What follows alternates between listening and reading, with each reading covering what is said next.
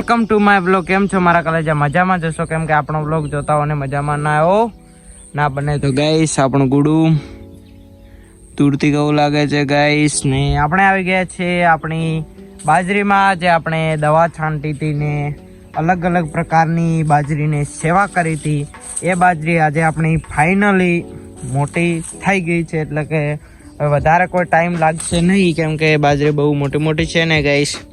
આછી છે ગાઈસ, ટાબા બહુ પડ્યા છે કારણ કે વરસાદ આવ્યો તો તેમાં બાજરી આખી ગાઈસ ધોવરાઈ ગઈ છે ને ગાઈસ આટલી મોટી આપણી બાજરી છે તો હજુ તો ગાઈસ મોટી થાય ત્યારે કેવરાય. હજુ તો કોઈ એટલી ગાઈસ બાજરી કોઈ એટલી મોટી થઈ નથી, પણ તો બી આપણે કહેવાય ને કે બાજરી કહેવાય ને ગાઈસ મોટી થશે ત્યારે મસ્ત ડોડા આવશે ને ત્યારે મસ્ત મોટી થશે ત્યારે મજા આવશે વ્લોગ બનાવવાના ને.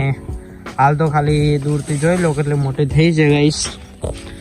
હજુ કોઈ ગાઈસ એટલે મોટી થઈ નથી, પણ ગાઈસ આજુબાજુના ખેતર કરતા પણ આ બાજરી ગાઈસ બધા કરતી ગાઈસ મોટી છે. આજુબાજુ ખેતરની કોઈ બાજરી એટલી મોટી નથી કારણ કે તે થોડા વાવામાં ગાઈસ લેટ પડ્યા હતા અને પેલી બાજુ ગાઈસ આવું જ છે, કોઈ વધારે મોટી નથી બાજરી ગાઈસ. આ મેન એક બાજરી મોટી છે, બાકી તો તેમાં તો પેલું તો ડેલું છે ગાઈસ, એ તો તમને આગલા બ્લોગમાં જોયું છે ને ગાઈસ. સાર છે ગાઈસ આખી વરસાદમાં પલળીને કાળી ભાટ પડી ગઈ છે ગાઈસ. અને આ છે ગાઈસ આપણી ગાય તો ગાઈસ તમે જો બી જોતા હો તો ગાય છે ને આ છે રસ્તો ગુડુમાં જવાનો ગાઈસ. દેશીની ગામડાનો બ્લોગ જોતા હો ને દેશી લાઈફ છે ગાઈસ એકદમ. આ છે ગાઈસ આપણું ટ્રેક્ટર. ગાઈસ આપણે આવી ગયા આપણા ટ્રેક્ટર પાસે ને આ છે ગાઈસ ટ્રેક્ટર. ઘણા બ્લોગોમાં ગાઈસ ટ્રેક્ટર તો આવીને ગયું છે, એટલે કોઈ ટ્રેક્ટરમાં તો કશું નવાઈ નથી. તો બી એકવાર 241 ગાઈસ 3 દાડા વરસાદ આવ્યો ગાઈસ.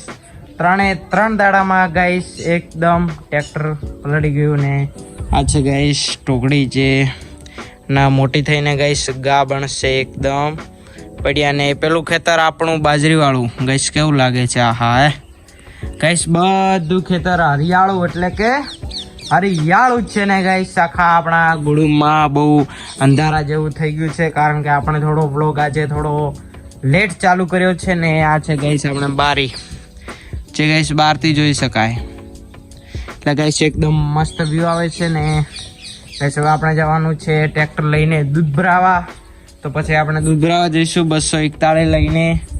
ને ગાઈસ આ પડ્યો છે આપણો ચારો જેને ઘઉંની ચાર કહેવાય. કેવી ઘઉંની ચાર.